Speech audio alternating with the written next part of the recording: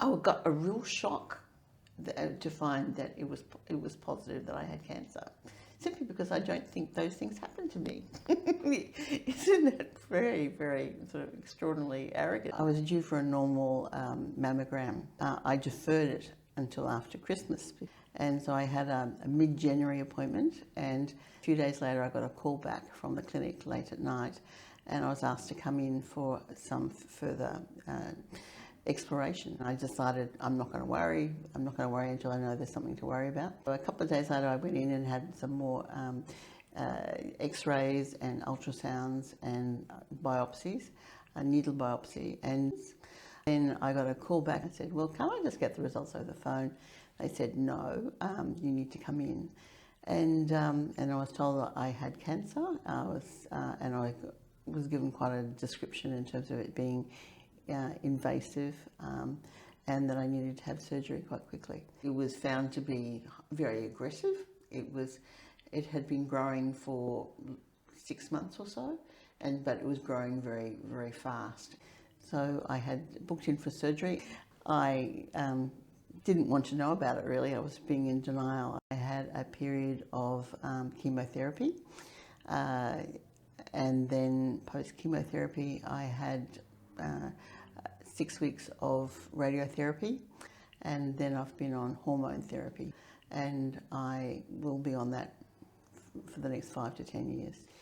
I was treated at various different centres in Brisbane, depending upon where the professional that I was going to was centred. I had my chemotherapy at the Wesley, and then I had my radiotherapy at a clinic in Chermside. At the early stages, before I made the decision about chemotherapy, I decided that I didn't want it if I didn't need it. By having chemotherapy, I reduced the probability from 1 in 4 to 1 in 5.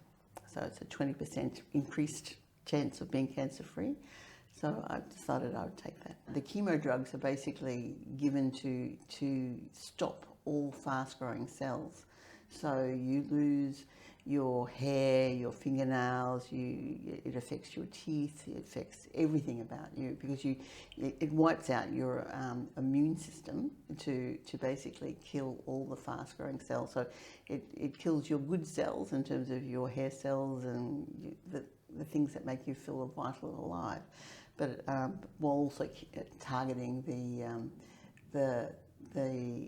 the cancer cells, hopefully. There is a 3-week lapse in terms of the cycle of treatment, and you feel sometimes physically fairly low at about 10, 11 days after the infusions. And at one stage I got an infection, which Esther encouraged me to take more seriously than I was taking at the time. I was ignoring my hand because it looked like nothing, but Esther was monitoring it and said that I had to go to the hospital. Esther and I had a little bit of a tussle when I was trying not to go to the hospital, not to overreact, I thought, about this tiny little break in my skin. And Esther rang the 1300 health line to ask for advice about it. They went through a range of questions, obviously triage questions, and then their system told me I also had to go to the hospital. So I thought to humour Esther and the 1300 helpline, I went off to the hospital. They took me in, and then they found out I was neutropenic. I had like 0.000 something of white blood cells, and so they admitted me immediately, and then started transfusing various cocktails of antibiotics to try to kill off the infection. They admitted me to a ward, and I was in isolation. People had to gown up to come in and see me and put masks on, and they had signs on the outside of the door. For several days they were monitoring my blood count, and then they gave me a booster of something to boost my white blood cells, and all the while though I was being transfused with the cocktails of different types of antibiotics. So I was in there probably for about 5 or 6 days. It was very odd. Initially, I was really quite amused by it in the sense that I thought all of these people are taking all of these precautions and I'm okay. I really didn't think it was particularly serious. I really didn't think it was something that I needed to attend to. It looked like just a minor skin break. After I learnt further about the type of infection I had, I realised it was a serious event. And while I wasn't necessarily taking it too seriously, everybody else around me were. I sat up one night and did a whole lot of research about it, and then I realised that yes, it was significant.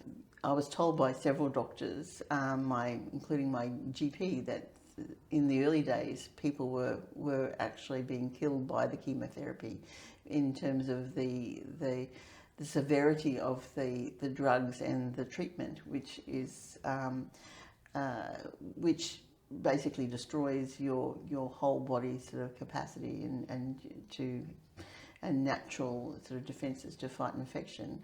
It means that you're open to just the common cold, or various events become fairly significant very quickly if you are neutropenic. I feel very lucky. I feel lucky in that I live in the time that we do, because my grandmother died with breast cancer in the early 80s, and the amount of improvement and research in both the techniques and treatments has been phenomenal in the last 20, 30, 50 years. I felt really well supported. I felt well supported by my family, by my friends, and by the medical team that surrounded me.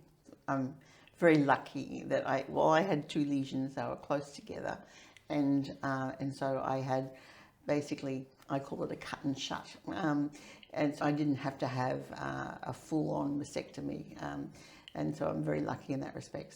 And I just call it my gunshot grave. I haven't taken a label of being a cancer patient.